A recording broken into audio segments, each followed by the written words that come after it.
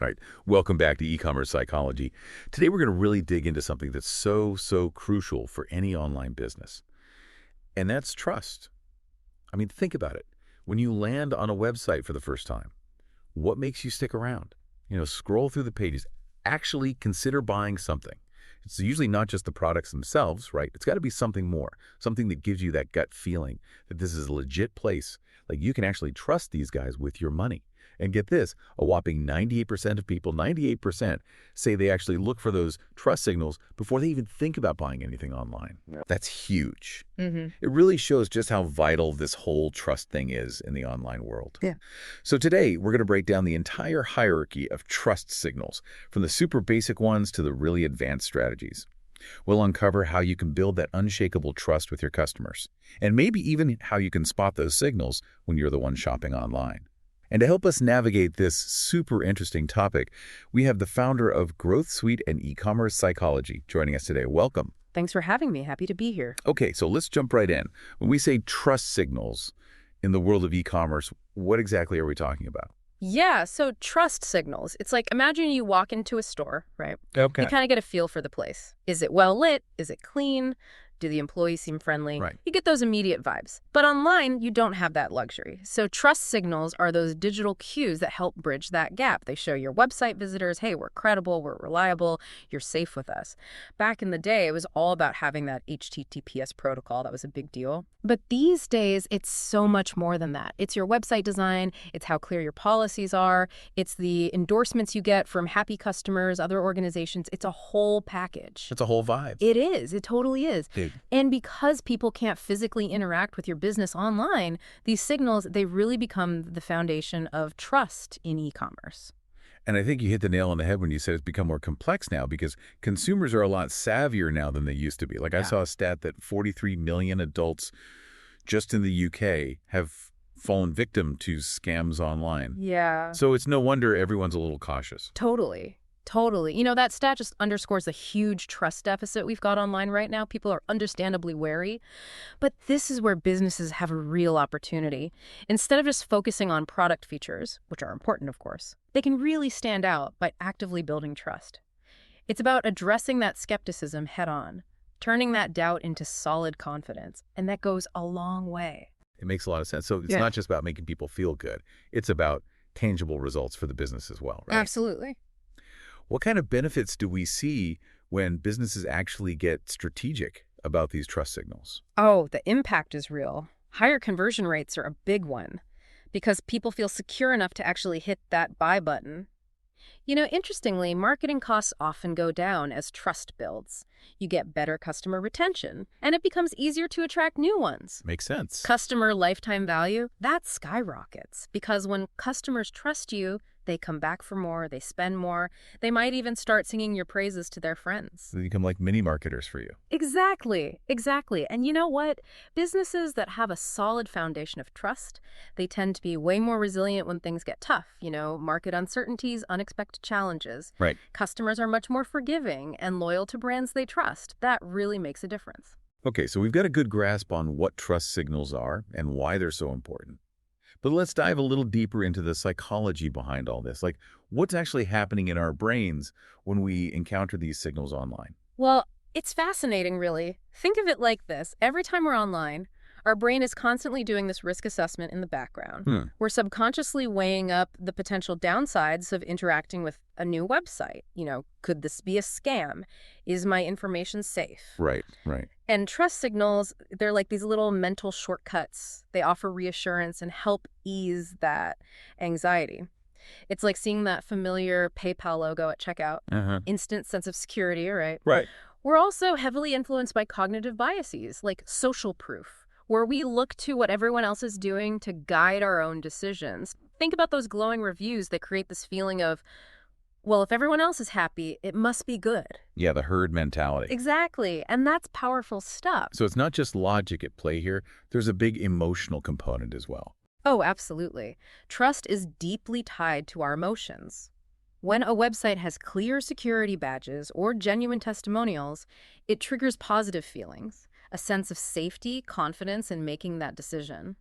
This connection makes the bond between the customer and the brand much stronger, And that leads to those higher conversion rates we talked about. People buy when they feel good about their choices and feel safe doing it. You mentioned social proof a couple of times now, and it's a term we hear a lot. But can you unpack that a little bit more? How does it work on that psychological level? Sure. Way back when, there were these experiments by Solomon Asch on conformity.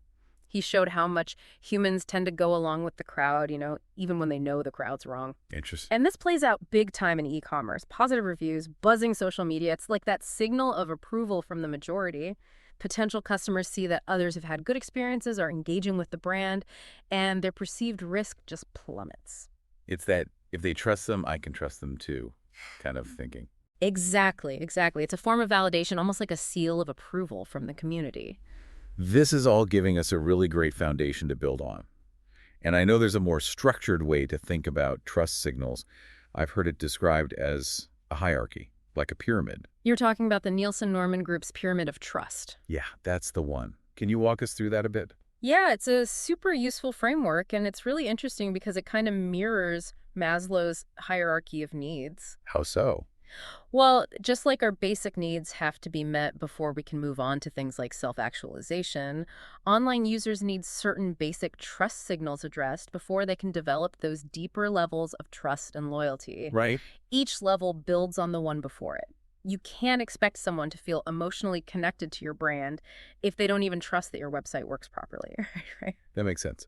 So at the very bottom of the pyramid, that foundation, what's the most basic question a visitor needs answered? So level 1, that's all about baseline relevance and trust. And the core question is, can this website or service actually help me do what I came here to do? Okay. It's about functionality and professional design. If your website's a pain to use, doesn't load right, looks clunky, visitors probably won't stick around long enough to even consider the other levels of trust. It's about first impressions. Exactly. That initial impression of, are these guys competent? Can they meet my needs? So if we zoom out and look at the entire hierarchy, where does it lead? So you start with that basic functional confidence, like does the site work as it should? And then you move all the way up to building that genuine emotional connection. That's where customers really feel an affinity, a loyalty to your brand. The stronger the trust, the more likely they are to convert, to buy again, and even become like passionate advocates for your business.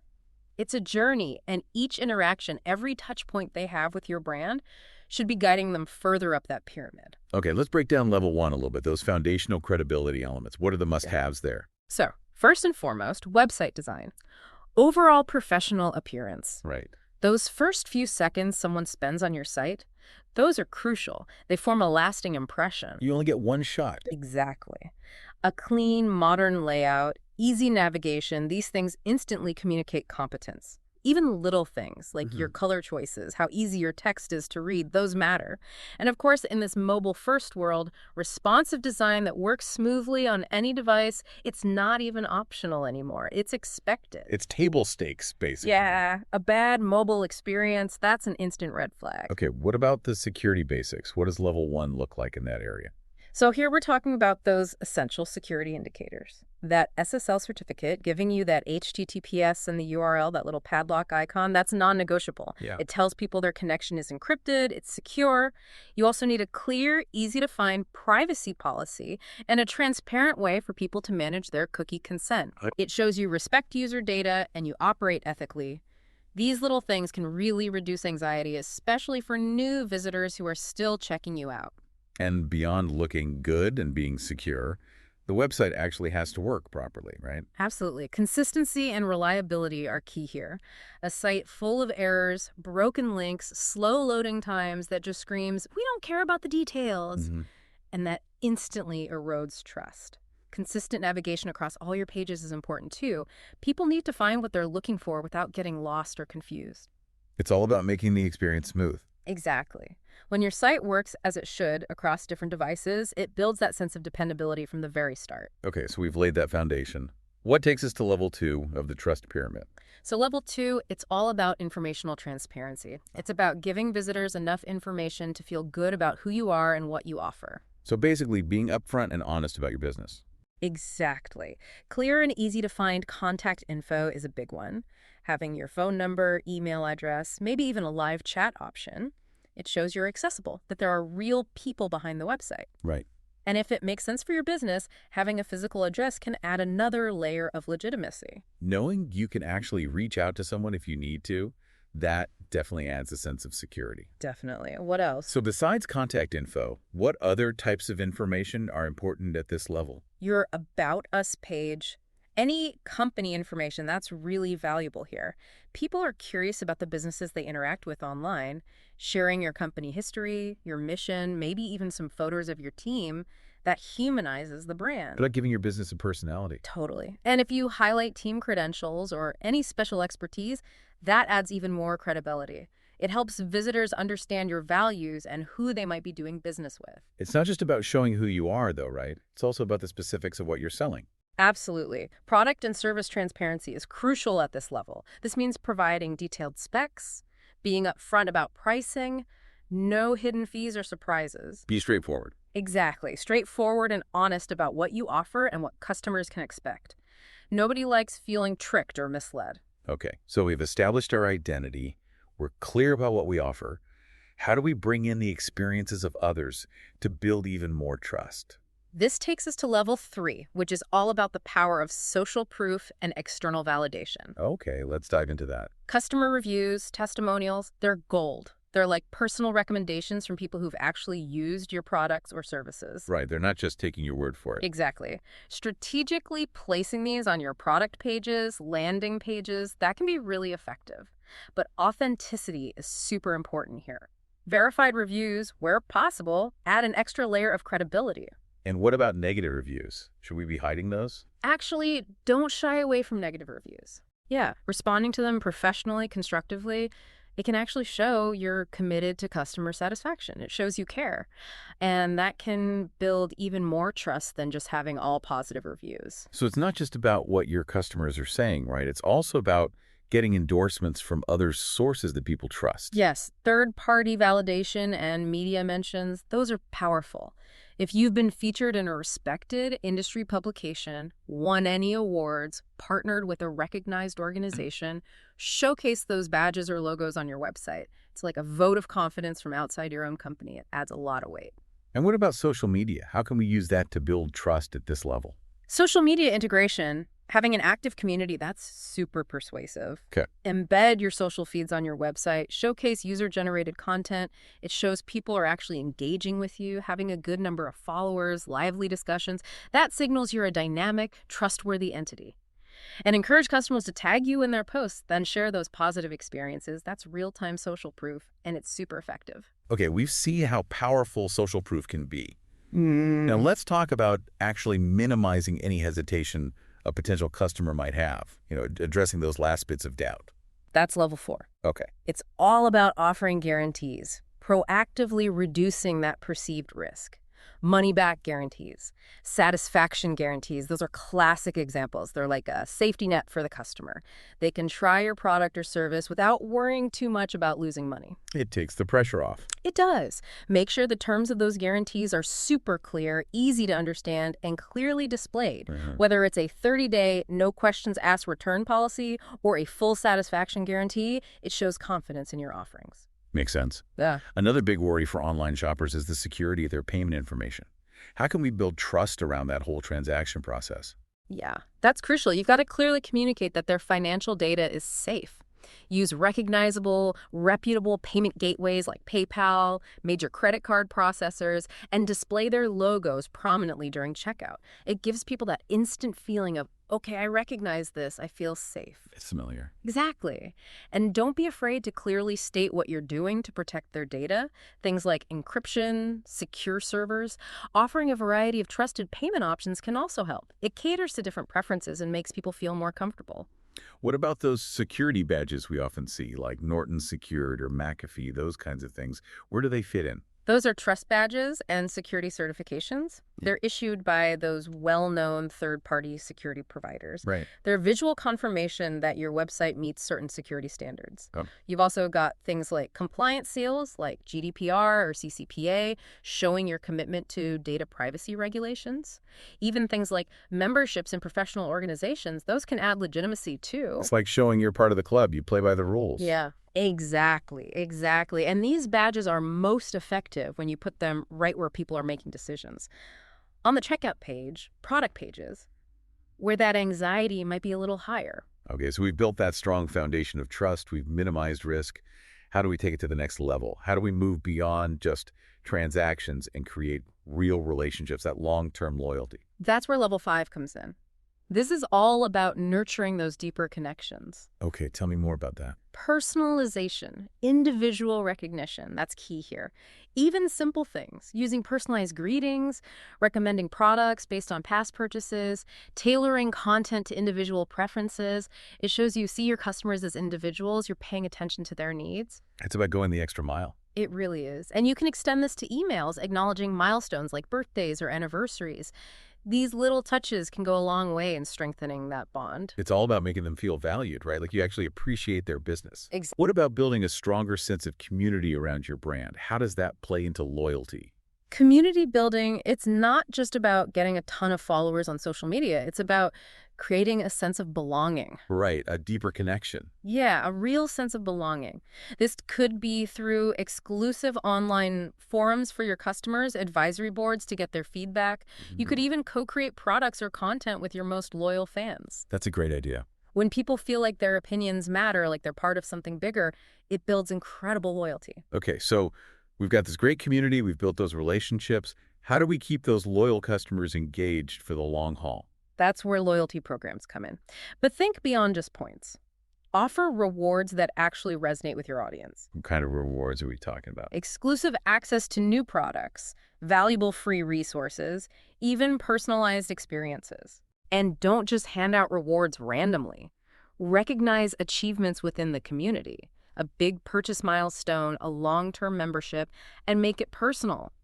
That reinforces their value and keeps them coming back for more. So we have all these different types of trust signals, but how do we actually integrate them effectively across all the different ways we interact with customers online? That's where it gets strategic. You have to think about each touch point. Let's start with the website. How do we approach that? On your website, context is everything. Okay. Your return policy info makes the most sense near your product details, right? Right. But press mentions, those might be more impactful on your homepage. Makes sense. Make sure your mobile experience is seamless, highlights those key trust signals. And don't overwhelm visitors with too much stuff.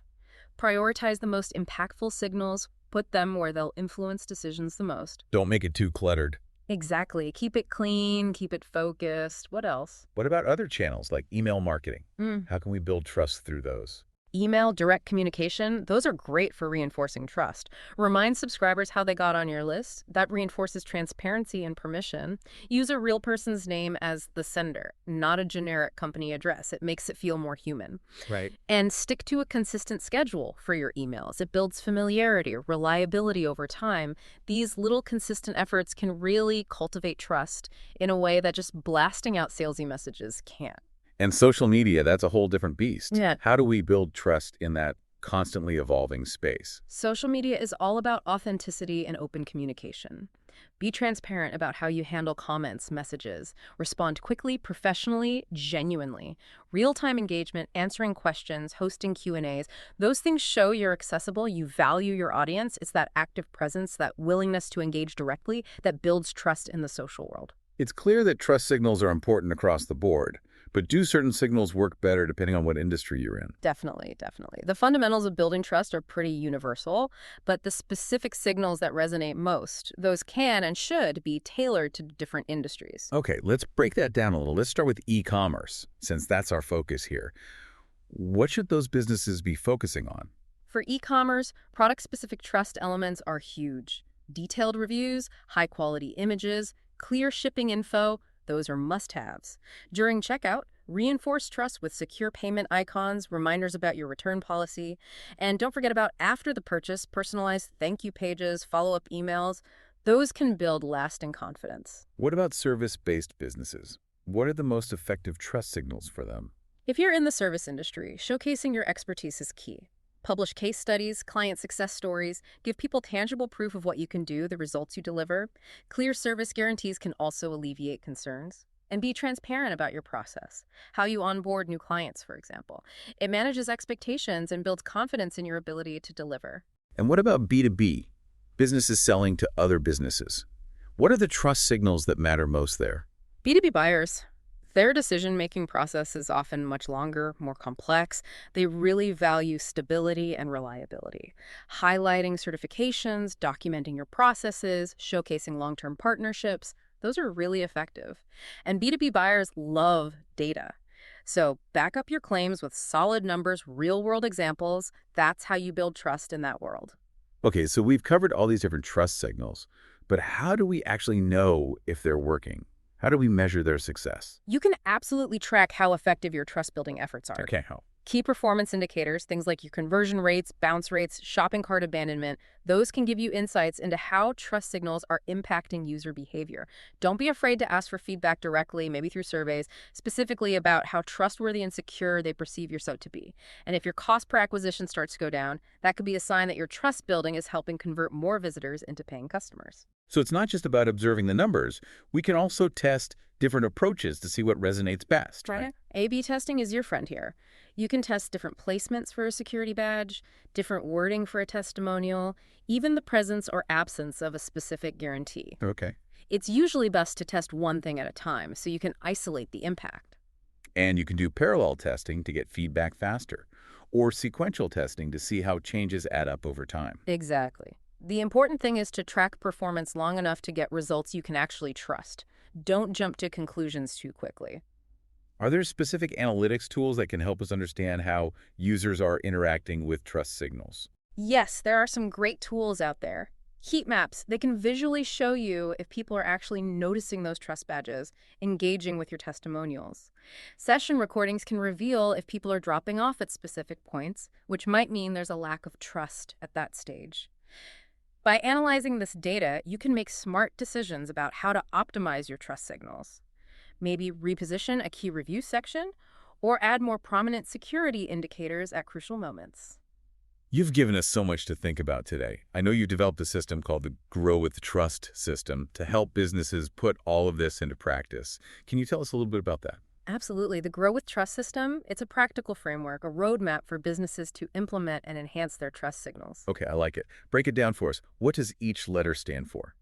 So each letter in trust represents a key area. Okay, so the first T, what's that all about? The first T, that's for third-party validation strategies. This is all about actively seeking out endorsements from credible sources. Media mentions, industry awards, positive customer reviews. It's about getting that stamp of approval from outside your company. Exactly. You can even create programs to turn your happy customers into brand advocates, people who'll share their positive experiences. Like a little army of supporters. Exactly.